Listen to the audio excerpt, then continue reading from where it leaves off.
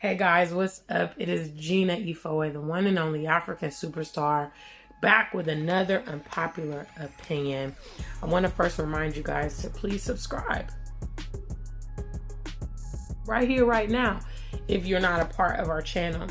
Also, a big shout out to the customers of the Afrikansuperstar.com and those of you that have been supporting our ongoing music project. Today, I want to start with, I will shamelessly promote myself, my people, and the continent. Unfortunately, there are a lot of Black people that are apologetic about being pro-Black, pan-African, and they get embarrassed about promoting, things related to our people, such as Black love, such as moving back to the continent, such as Black unity, and they really stumble over it. But I will continue to shamelessly promote our people, and myself.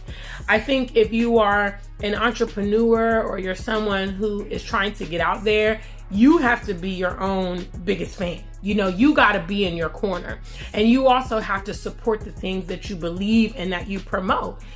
So I believe in the edification of the Black community, the growth of our people. I have to kind of demonstrate that. I have to exemplify that. I have to pursue that, despite the challenges. I have to be an example. I believe being an example in regards to coming to the continent, integrating with our people, promoting Black love, being a display of all these things. And that's my first opinion. My second opinion is I will never, ever, ever, ever, ever, ever, ever, ever, ever, ever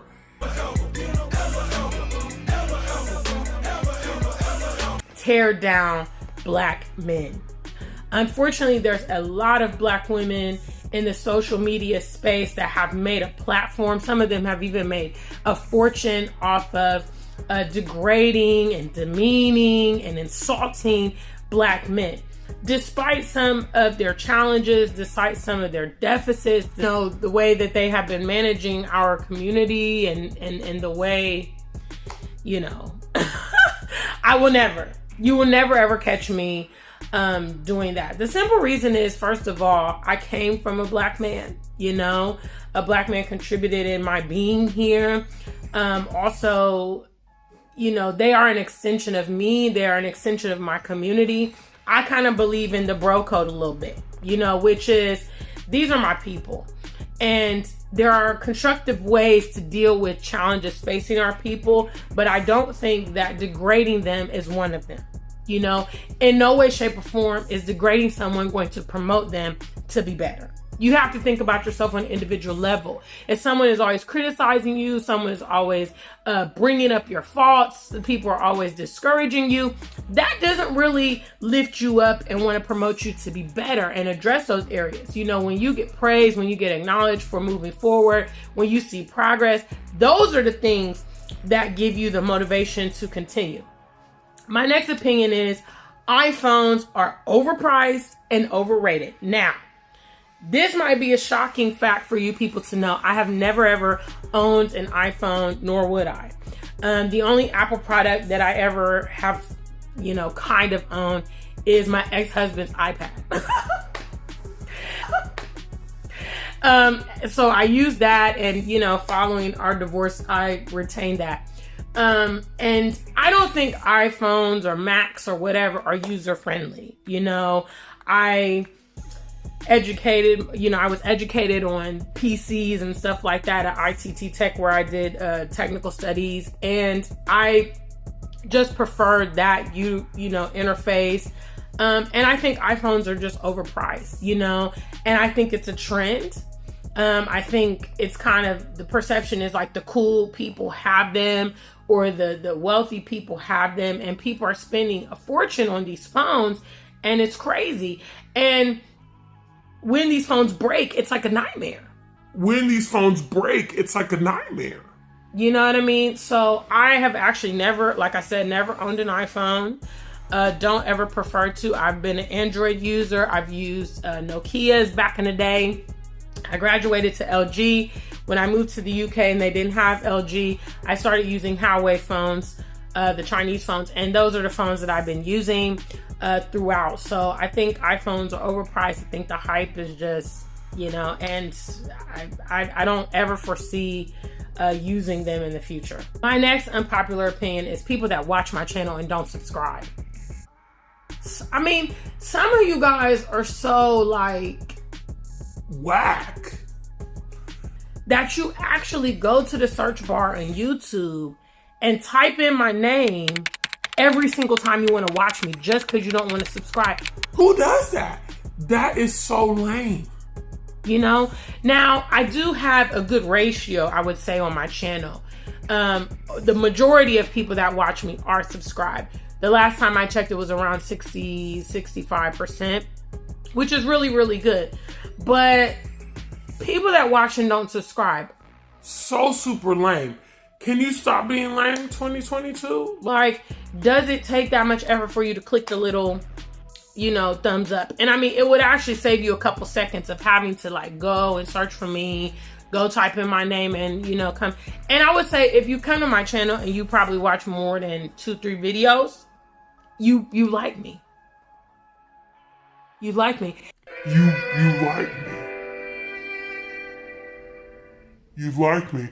And actually, I mean, haters subscribe. Haters subscribe because I see the same comments under all my videos. So I'm like, I know you gotta be subscribed. So all the more people that like enjoy my content, yeah, subscribe to the channel. Like 2022, subscribe to the channel. Next, I want to talk about a very, very sensitive, unpopular opinion because I know a lot of people are getting into it. Some of my viewers may have even considered it or so on and so forth. But I want to talk about women that augment their bodies. To me, it is a clear indicator that they are suffering from low self-esteem.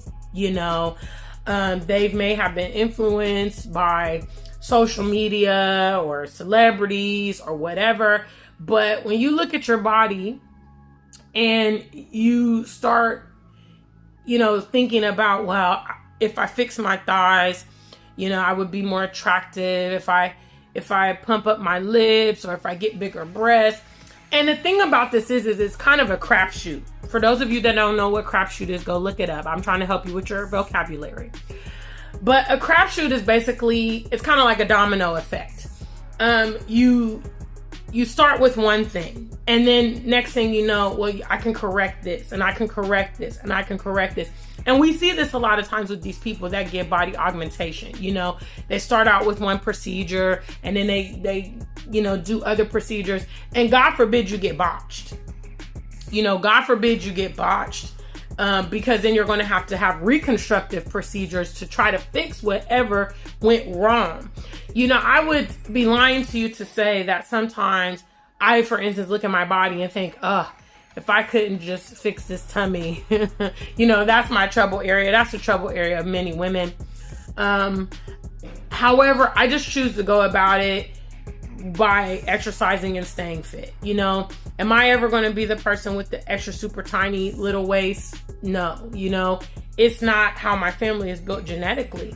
I also think that women that augment their bodies will set themselves up for future problems. One of the things that first comes to mind is the resemblance that your children have to you. That's very important to children. It kind of provides a sense of belonging and things like that, where they can actually see similarities among their siblings and their parents. And I know, for instance, like me, a lot of you guys that have seen my family or my sisters, we all resemble each other. I actually love that. I actually think that's beautiful when I see families like that. When you augment your body or augment your face, that can affect your children.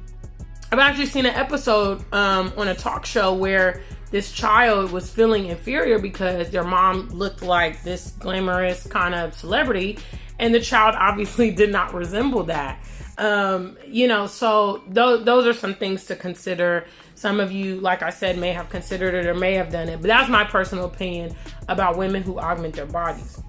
My last opinion for this segment is going back to Africa was the best advice that the white man ever gave me. I think that there's something to be said about being in a place where you are part of the majority. I never fit into the West, I never was happy there. I never enjoyed being a minority and all the things that go with it. I never enjoyed the negative connotation and the condescending attitude that I received in the West. I never also enjoyed the weather living in Ohio. I think that more of us should explore returning to our indigenous roots. Some people will negate and say, well, we're indigenous to America. I find that very hard to believe considering the volume of Black people that come from the continent. If we happen to be indigenous from America, we should have much more of an imprint than we do. And secondarily, if you begin to trace your lines or even do a DNA test, I think that it's also pretty telling that 9 times out of 10, it will reconnect you to the continent. If you are indigenous to America, for instance, how do you have DNA that reconnects you to Africa? I mean, do people in England have DNA that reconnects them to Africa? Or does their DNA reconnect them to Europe? I mean, I'm just saying. So, as you guys know, the protocols, leave your comments below. I want to know what you think about these unpopular opinions. Also, please do head over to my website, theafrikansuperstar.com. Check out my amazing merchandise, which includes my latest collection, African Superstar X Ghana, where I celebrate my new home with many traditional symbols called Adinkra here in Ghana. Also, continue to support our music project. We are momentarily shooting my second music video for Ghana is Good For Me. And that is very possible because of the support of the African Superstar family. Big shout outs to all of you. Until we meet again, stay Black and true. If you ain't Black, just stay true.